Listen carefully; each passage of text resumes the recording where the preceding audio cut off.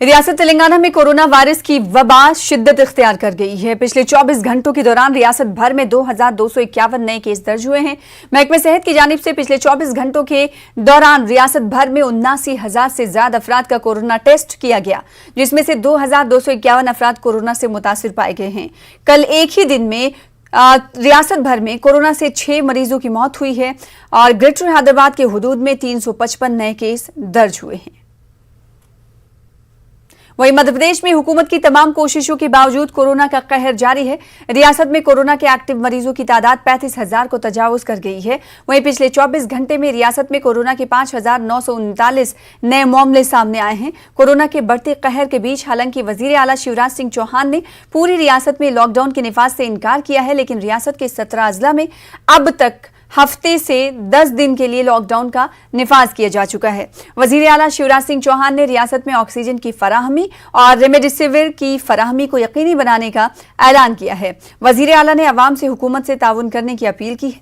वहीं कांग्रेस ने रियासती हुकूमत पर कोरोना मरीजों की मौत को छुपाने और अस्पतालों में तिब्बी सहूलियात के फकदान का इल्जाम लगाया है। हमने 1 लाख इंजेक्शन के ऑर्डर्स दिए हैं, आपूर्ति प्रारंभ हो गई है। परसों 2000 मिल गए थे, आज फिर मिलेंगे। उसके लिए हम टेंडर भी कर रहे हैं, लेकिन अभी तो हमने क्योंकि जल्दी चाहिए थे तो कुछ आदेश ऑर्डर सीधे कर दिए, तो इंजेक्शन भी प्राप्त होना प्रारंभ हो गए हैं।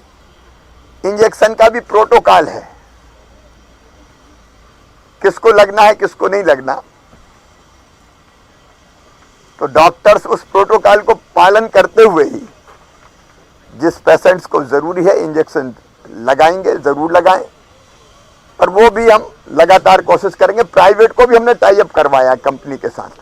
ये तो सरकारी क्षेत्र में मंगा रहे हैं हम, लेकिन प्राइवेट क्षेत्र में भी मिलते रहें उसके लिए भी कंपनी से टाई अप करवाया है।